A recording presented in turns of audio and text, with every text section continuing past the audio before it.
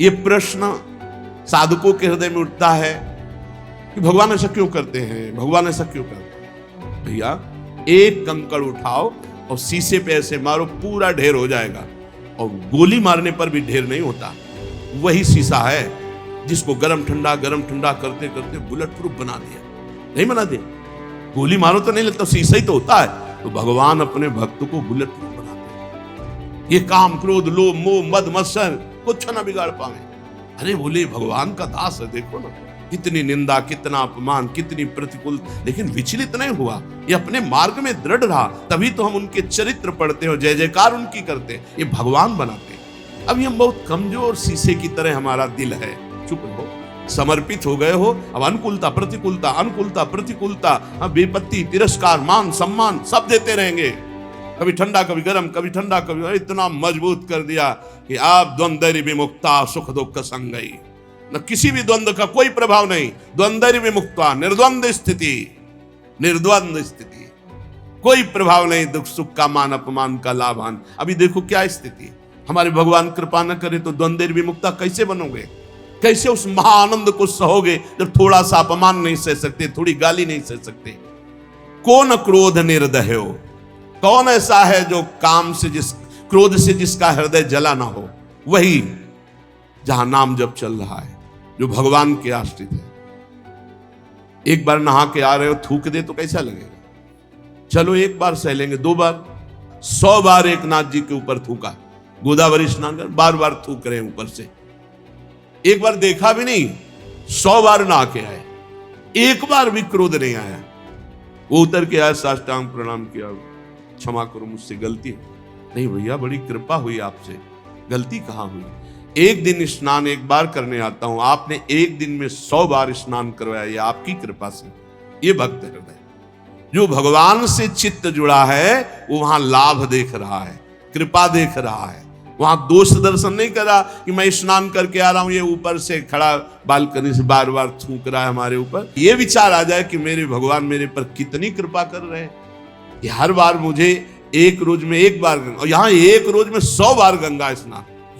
विचार बहुत बड़ी सिद्धि है, विचार ही बहुत बड़ी उपलब्धि है। विचार ही हमारे जीवन को उज्जवल बनाते हैं, विचार ही नीच गिरा देते हैं, विचार ही जीवन मृत्यु तुल्य कर देते हैं। भजन से क्या मिलता है, उत्तम विचार। उत्तम विचार एक सेकंड में हर विकार को मिटाकर भगवत स्वरूप में स्थित। कामवश के ही नहीं कीन्हो, कौन ऐसा है जिसको काम ने अधीन न कर लिया। और जिसने अपने अहंकार को भगवान के चरणों में समर्पित कर दिया, उसको काम अधीन नहीं कर सकता। थोड़ा भी अहंकार है तो काम वहां बैठा हुआ है, क्योंकि अहंकार में ही कामना है। स्वरूप में कभी कामना जागृत हो ही नहीं सकती। जो हमारा स्वरूप है उसमें कभी कोई अभाव नहीं, उसमें कोई कामना नहीं। शरीर में अभाव ही अभाव है। जब तक हम अपने को स्त्री पुरुष मानेंगे तब तक कामनाओं का ये सिलसिला चलता रहेगा, इसे हम नहीं रोक पाएंगे। जब स्वरूप बोध होगा तभी कामनाएं रुकेंगी, या जब अहम भगवान के चरणों में समर्पित होगा तो रुकेंगे। तो काम का प्रभाव कहां होता है, जहां अहम समर्पित नहीं हुआ, जहां निरंतर नाम जप नहीं होता। ठाकुर हरिदास जी के पास वैश्या गई 3 दिन बराबर श्रृंगार करके, लेकिन ना नाम जप में रुकना है और ना दासत्व में कोई कमी है। तो 3 दिन में वो खुद दासी बन गई, हरिनाम जपने लगी और गई थी हरिदास जी को भ्रष्ट करने, और वो स्वयं भ्रष्ट आचरणों से मुक्त होकर भगवत स्वरूप मार्ग का अनुसरण कर। ये है प्रताप, जो भगवान में अहंकार समर्पित करके नाम जप कर। को न लोभ दृढ़ फंद बांध त्रासन कर दीन हो। किसके इतना विवेक बल जागृत हो जाता है कि लोभ ना बांध पावे, वही जिसको नाम का लोभ है। लोभ फांसी में उसी का गला नहीं बंधता जिसके गले में गोविंद का नाम चलता रहता है, पक्का समझ लो। लोभ पास जई गल न बंधाया, सोनर तुम समान रघुरा। ये लोभ उसी की फांसी की तरह गले को बांध लेते जहां नाम जप नहीं चलता। लोभ में लोग क्या क्या पापाचरण कर रहे हैं, खुला जान रहे हैं कि ये दीन है, ये गरीब है, ये निर्दोष है। रुपया मिल रहा है, पद बढ़ रहा है, हमारा लाभ हो रहा है, उसका नाश हो रहा है। तो तुम्हारा लाभ कैसे हो जाएगा, तुम्हारा नाश तो हो ही जाएगा।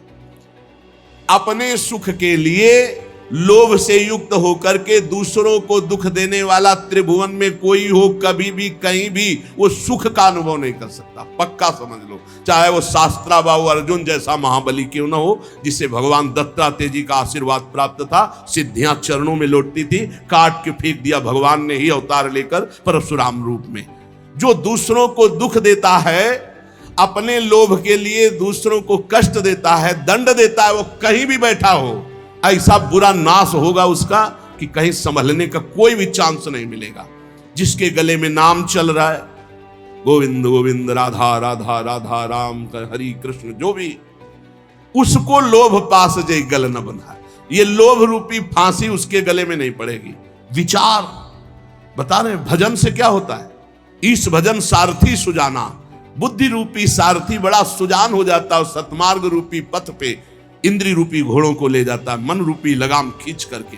यहां बुद्धि भ्रष्ट है, क्योंकि नाम जप नहीं हो रहा, भगवद आश्रय नहीं, तो कौन लोभ दृढ़ फंद बांध त्रासन कर दीनू। बड़ा दुख भोगना पड़ता है लोभी आदमी को, बड़ा दुख। वर्तमान में तो जलता ही रहता, चाहे जितना करोड़ों रुपया आ जाए, परिणाम में भविष्य उसका बड़ा मंगल होगा, क्योंकि लोभ के कारण उसने कितने बड़े बड़े पाप किए हैं। बहुत बहुत लोभ ये नष्ट कर देता है, और देखा भी है, लोभ से नष्ट होते हुए भी देखा है। बहुत सूक्ष्म बुद्धि से जब विचरण करते थे, कहीं कहीं साल साल भर गंगा किनारे एकांत स्थल मिले तो रुके, तो सब लोग मिलते ही थे, सब पता चलता है। ये लोभ जो है बुद्धि को इतना अधीन कर लेता है। वैसे सिद्धांत कहता है, धन गया तो कुछ नहीं गया, स्वास्थ्य गया तो कुछ गया, और चरित्र गया तो सब कुछ गया, ऐसा कहा गया। सिद्धांत जो है वो ये कहा गया। अब अंग्रेजी तो याद नहीं, इसको अंग्रेजी में कहा गया, money is loss, nothing is loss, health is loss, something is loss, और character is loss, everything is loss. सब नष्ट हो गया। अगर चरित्र चला गया तो सब चला गया। आज क्या है, कौन हृदय नहीं लाग कठिन अति नारी नयन सर। आगे कह रहे, कौन ऐसा हृदय में जिसको नारी के नेत्र रूपी बाण ने घायल न कर दिया। वही हृदय है जो हरि को अर्पित है, जिसके हृदय में भगवान का स्मरण चल रहा है, उसके हृदय में नहीं। अगर देखने योग्य है तो भगवान का भजन करने वाले देखने योग्य है, और कुछ देखने योग्य नहीं संसार में, कुछ देखने योग्य नहीं। ये सब मल की सुंदरता है, मल की, ये सुंदरता नहीं है, ये मल की सुंदरता है। एक काम करने राजमहल में जाती थी, तो राजमहल में काम करने वाली साधारण घर में काम करने वाली थोड़ी होती, वो उसका एक पदवी होती है, वो रानी की दासी पूरा। और उसका जो लड़का था, एक दिन वो महल तक गया किसी कार्य के लिए, ऊपर राजकुमारी थी। राजकुमारी को देखा तो एकदम हृदय में व्याकुलता, इतना सुंदर रूप है तो मुझे कहां मिल सकता। मैं तो काम करने वाली इस महल में जो मेरी माँ है, मैं उनका पुत्र हूं, तो भला मुझे कैसे मिल सकती है। अब इतना उसको राग तत्काल हो गया कि उसने निश्चय कर लिया, अगर राजकुमारी नहीं मिलेंगी तो प्राण छोड़ दूंगा। घर आया, खाना पीना छोड़ दिया। एक दो दिन मां ने पूछा क्या बात है, उसने कहा स्वास्थ्य ठीक नहीं। 2-4 दिन हो गए, पूछा क्या बात है, स्वास्थ्य ठीक नहीं। तो राजा से प्रार्थना की, राजवैद्य आया, उसने नाड़ी पकड़ के देखा, बोले कोई शरीर में दोष नहीं, कोई रोग नहीं इसमें, इसका मानसिक कोई रोग हो तो हम नहीं कह सकते, शरीर में कोई रोग नहीं। तब एक दिन कहा, बेटा तू मेरा अकेला बेटा है, बता ना। बोली मां तुम्हारी सामर्थ्य के बाहर की बात है, जो मेरे मन में बात बैठ गई वो मृत्यु ही होगी और दूसरा कोई उपाय नहीं। बोले एक बार तो बता के देख, अगर कोई उपाय हो तो मैं कर सकती हूँ। बोले क्या कर सकती हूँ, जिस घर में काम करती हूँ महाराज की राजकुमारी को मैंने देखा, मेरा चित्त आ गया, मैं जी नहीं सकता उसके बिना, क्या आप ब्याह करा सकती हूँ। अब ये बोलने की भी सामर्थ्य नहीं, तुरंत मृत्यु दंड दे दिया जाएगा। एक काम करने वाली राजा की पुत्री से ब्याह की बात अपने पुत्र के लिए कर सके, इतनी हिम्मत की बात कहा। सीधे राजकुमारी के पास चरण पकड़ के बैठी, बोली आप बेटी जानती हो, जीवन हो गया तुम्हारे घर में पोछा लगाते, मैं कुछ मांग नहीं रही हूं, तुमसे उपाय पूछ रही हूं। तुम्हारी सुंदरता को देखकर हमारे पुत्र के हृदय में ऐसी बात आ गई। ये मैं जानती हूं कभी संभव नहीं हो सकता, तुम्हारे योग्य भी नहीं हो, मैं चाहूंगी भी नहीं कि ऐसा तुम करो। कहां तुम राजकुमारी, कहां मैं काम करने वाली तुम्हारे घर में? कोई उपाय है? उनका बहुत पक्का उपाय है। वो सत्संगी थी। उसने कहा 4 दिन बाद लिवा लाना, हमसे बात करना, 4 दिन का समय दो। और वैद्य से ऐसे जमाल गोटा टाइप लिए जो खूब दसियों सोच 4 दिन, और सोने के कलशों, राजकुमारी थी, भरवा दिया। अब 4 दिन सोच बराबर तो चेहरा पीला, और कहा कोई यहां सेवा नहीं करेगा, दुर्गंध, मक्खियां सब वैसे। अब वो चेहरे की कांति जो चमक रही थी, बुलाया, वहीं जो कमरा था वहीं से ऐसे करने लगा। बोले नहीं ये इसे में राजकुमारी है। और घड़े खुले एकदम रखे, दुर्गंध है। कहा कैसे में राजकुमारी रहती? अंदर गए तो उठाया उसको। 4 दिन से बराबर सोच हो रही थी, चेहरा एकदम पीला, एकदम ऐसा। तो उनका वो राजकुमारी कौन है जिनको छत में देखा? बोले हम ही को देखा। बोले वो सुंदरता कहाँ? बोले घड़े में भरी, ये घड़े में वही सुंदरता भरी। अच्छी हमें ब्याह कहा तुम्हारा लड़का बचा। हृदय में ये जो सांसारिक आकर्षण है वो आप ये समझ लो मल का आकर्षण है। निर्मल आकर्षण तो भगवान के भजन का या श्री भगवान का आकर्षण होता है। निर्मलता ये मलिन है, ये मल है। अगर आपको भजन मार्ग में चलना है तो इसीलिए है कि सहसा किसी के मुख की तरफ मत देखो, नीचे देखो। भगवान की मुस्कुराहट से ही माया का प्रादुर्भाव हुआ है। इंद्रियां बहुत बलवान इंद्रिय गमो विद्वानम अपि कर्षति। भगवान व्यास देव जी ने इस श्लोक के ऊपर अर्धाले में लिखा कि अकेले में माता के पास, बहन के पास, बेटी के पास भी एकांत में बहुत देर नहीं रहना चाहिए।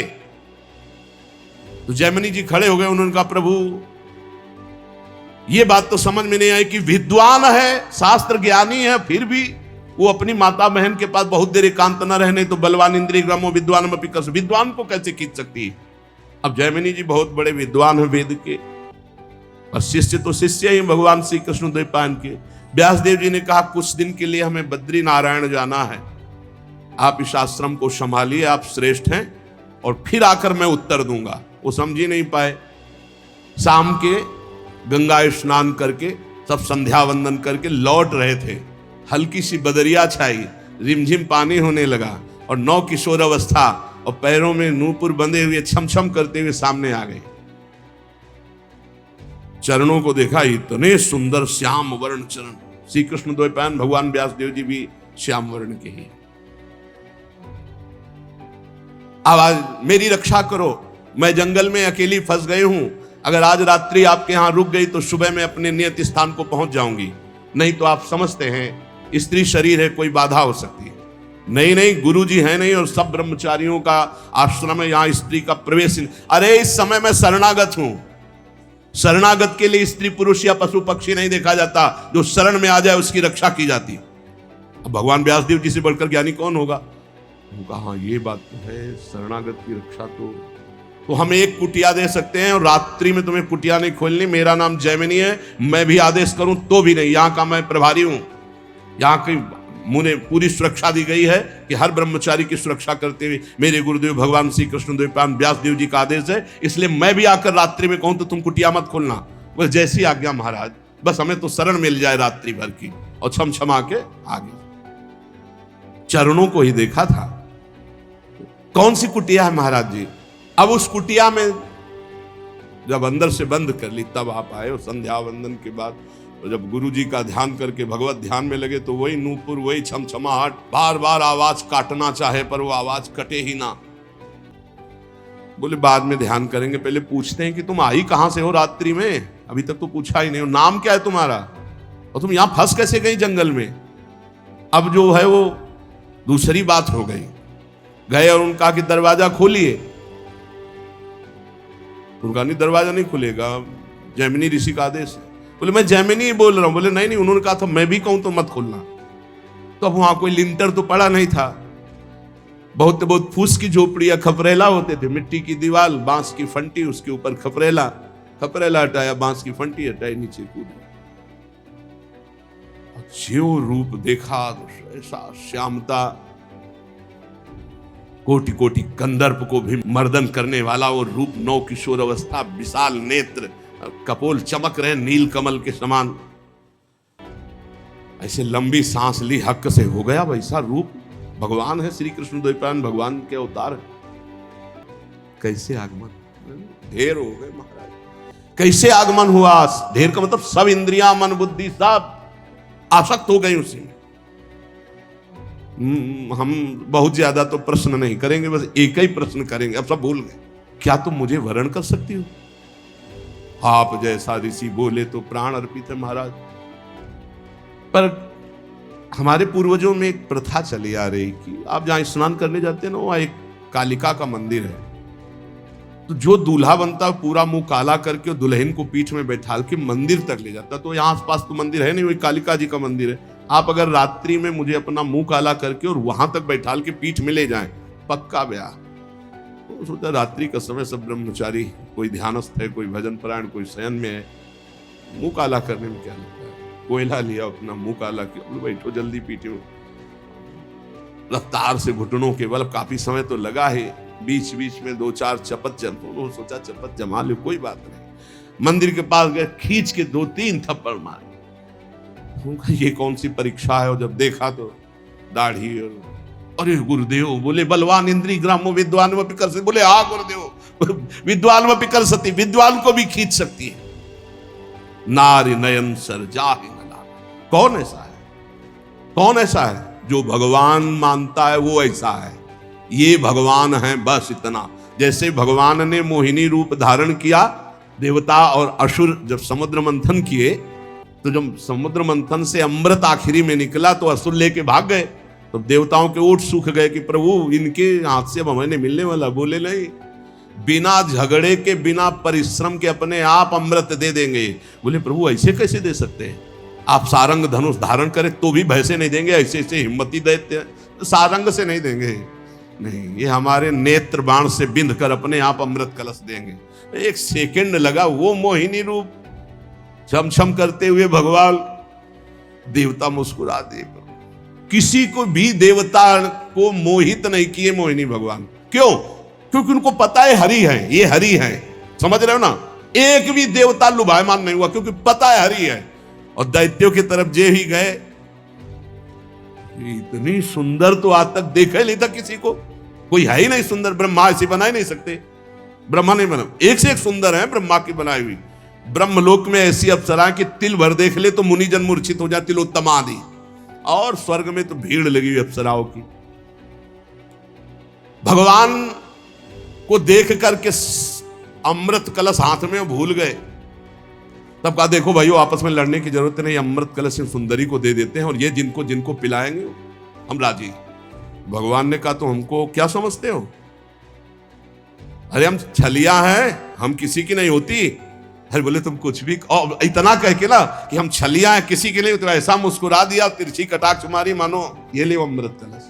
बूंद नहीं पिलाया दैत्य को, सब देवताओं को पिला। लेकिन एक भी देवता मोहिनी भगवान से मोहित हुआ हो तो हमें बताना। क्यों? क्योंकि मेरे भगवान है जो हर स्त्री में भगवत भाव करता है, पवित्र भाव मेरे गोविंद इन रूपों में है। उसके हृदय को कभी भी कोई भी सुंदरता नहीं भेद सकती, क्योंकि सुंदरता के समुद्र भगवान, सुंदरता की सीमा हमारी प्यारी जी।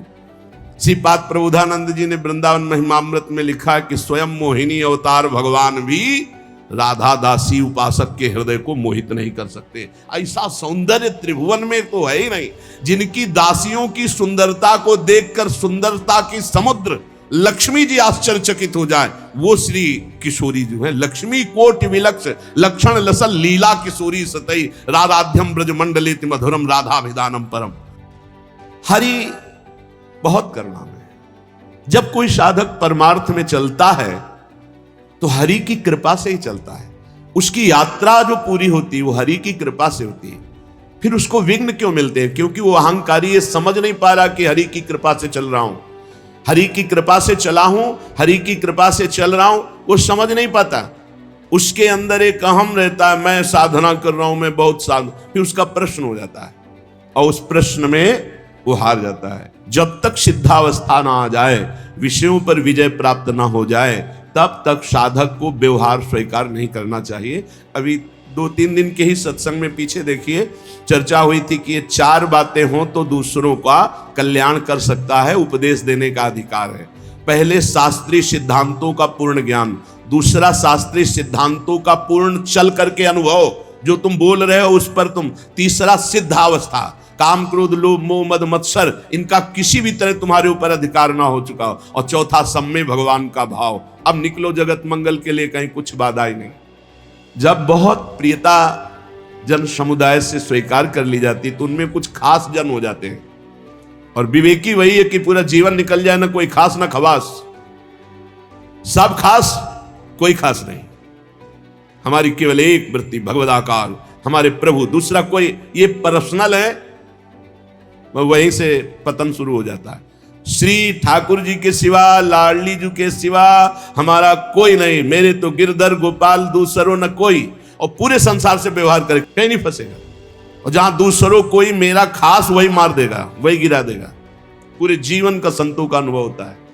पूज्यपाद श्री उड़िया बाबा जी महाराज के वचन, बृहस्पति के समान ज्ञानी और धर्मात्मा और उच्च पद में विराजमान हो तो भी विरक्त को एक जगह से कई दिन भोजन नहीं लेना चाहिए। बृहस्पति के समान 5 घरों से, या अचानक कोई भाई एक दिन दे दिया, वो भी निषेध है, पर आप ले एक दिन चले पा लिया, ठीक है, दोबारा 2-4 महीने बाद कभी ऐसा निमंत्रण, सिद्ध पुरुष पर कोई अंकुश नहीं है, ये साधक की बात है। क्योंकि पूज्य स्वामी श्री ओंकारानंद सरस्वती जी महाराज जब वयोवृद्ध हो गए तो एक गृहस्थ अपने घर ले गए, पिता की तरह उनका दुलार आजीवन, जो भी 2-4-6 वर्ष शरीर रहा, जो परिपक्व महाअवस्था को प्राप्त है, कोई सेवा करे कोई कुछ करे, कोई 95 वर्ष की अवस्था और ब्रह्माकार वृत्ति, तो धन्य है वो गृहस्थ जो उनकी से गंगा किनारे रहते थे, आखिरी में उठा लिया। कह रहे विना स्वात्मा रामेश्वरम हरिम मुग्धस त्रिभुवने, चैलेंज है, त्रिभुवने, त्रिभुवन में कोई ऐसा नहीं जिसको ये माया विघ्न ना डाल दे। एकमात्र भगवान श्री हरि की शरण में, भगवान के चरणारविंद का आश्रय लेकर नाम जप कर, विना स्वात्मा रामेश्वर हरि मुग्धस त्रिभुवने, युवत्या भावई को वत् सुरवरो वा मुनिवर, चाहे देव श्रेष्ठ हो या मुनि श्रेष्ठ हो, मुनिवर युवत्या भावई, भगवान की मोहिनी माया जब मोहित करने के ठान ले तो चाहे सुरवरो देवताओं में श्रेष्ठ हो या मुनिवरो मुनियों में श्रेष्ठ हो, वो मोहित कर लेगी ही। बचाना है तो हरि ही बचा पाएंगे, दूसरा कोई नहीं बचा सकता। स्थितस तस्मात् तस्यास् चकित चकितो दूरत रता। बड़ा आश्चर्य का विषय है कि जब पता है कि ये हमारे मार्ग में विघ्न है, हमें भगवान से विमुख, फिर चकित चकित, आश्चर्य है, आश्चर्य है, आश्चर्य, जानता हुआ भी वो विघ्न को ही अमृत स्वीकार कर रहा है।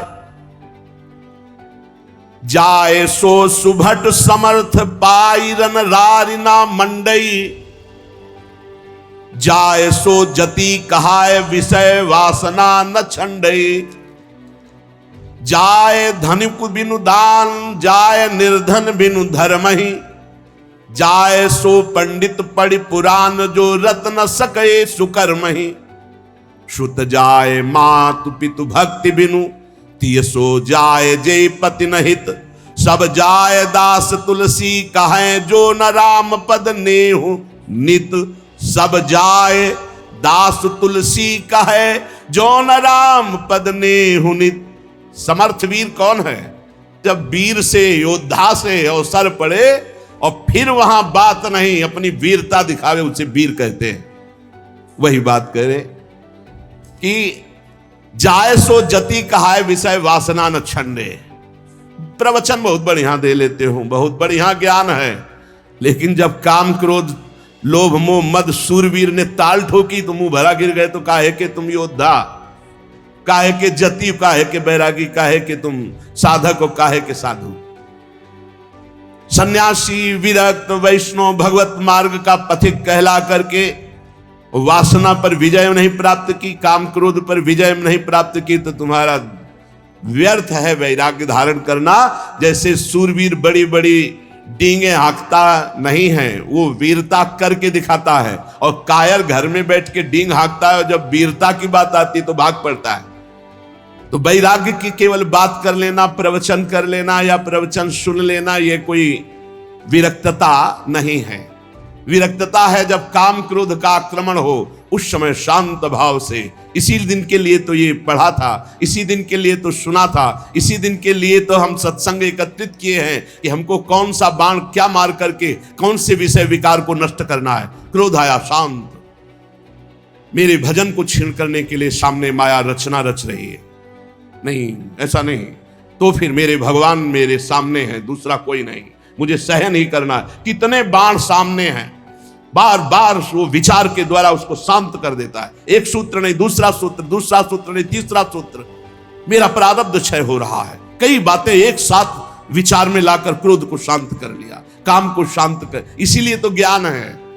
ज्ञान दूसरों को सुनाने के लिए नहीं। गोस्वामी जी कह रहे, वो विरक्त, वो भगवत मार्ग का पथिक, वो वैष्णव, वो भगत, भगत नहीं, जो ज्ञान दूसरों को बघारता है। जब अवसर आया अपने पर विजय प्राप्त करने के लिए तो फैल गिरा। किस बात का सूरवीर, किस बात का वो योद्धा।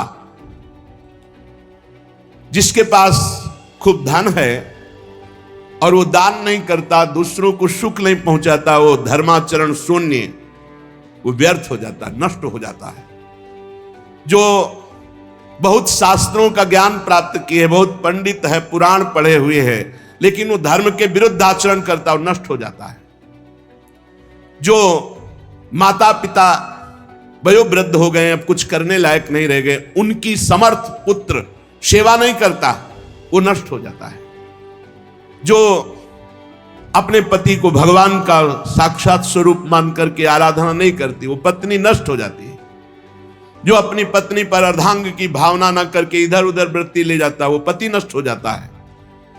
गोस्वामी जी कहते हैं, जो उसने भगवान का भजन नहीं किया, वो कोई भी उस सब प्रकार से नष्ट हो जाएगा। सब प्रकार से अंततो गत्वा वो नष्ट ही हो जाएगा।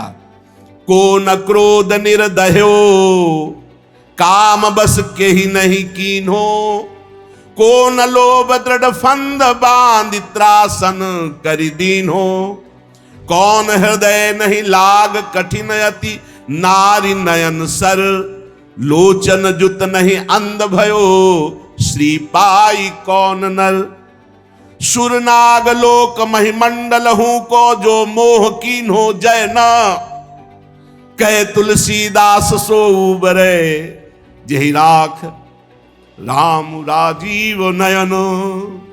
कमल नेत्र भगवान श्री कृष्ण, श्री हरि, श्री राम, जिसको रख लिए वही बच पाया। कौन क्रोध निर्दय हो, किसको क्रोध नहीं जला देगा? एक छोड़कर, जिसको भगवान का दृढ़ भरोसा और भजन में दृढ़ स्थिति है, क्रोध खाली कर देता है। बहुत भजन का आनंद उमग रहा हो, किसी पे क्रोध कर लो, फिर देखो आप कितने घंटे खाली रहते हो। भजन करने पर भी शुष्कता, कोई आनंद नहीं, कोई सुख नहीं मिलेगा। क्रोध तत्काल तप भजन के जो फल है उनको छीण कर देता है। क्रोध बहुत हानिकारक है, क्रोध नहीं करना चाहिए। क्रोध आता क्यों है? द्वेष पर। द्वेष होता क्यों है? राग से। किसी वस्तु व्यक्ति स्थान में जब राग होता है और वो हमें प्रतिकूलता देता है, तो हम अंदर हमारे द्वेषात्मक क्रोध आ जाता है। क्रोध की उत्पत्ति राग से होती है। राग रजोगुण से होता है। रजोगुण में ही काम वास करता है। कामा संजायते क्रोधा, कामना की आपूर्ति में क्रोध का। तो कामना रजोगुण से राग, और राग से ही द्वेष का प्रादुर्भाव होता है। जब हम जिस पर राग करते हैं उससे प्रतिकूल व्यवहार हुआ, कामना हमारी पूर्ति नहीं होती, तो हमें क्रोध आ जाता है। इसमें हमारी त्रुटि है कई तरह से। जैसे हम चाहते हैं कि हमें गाली न दे, पर वो गाली दे। हम क्यों चाहें कि हमें गाली न दे? नहीं, हमारे प्रभु की इच्छा है कि ये गाली दे, तो अब मौज से गाली दे। तुम दो, हम सुनेंगे, क्योंकि मेरा कोई प्रारब्ध है, या मेरे प्रभु ही मेरे हृदय को मजबूत कर रहे हैं। कई बार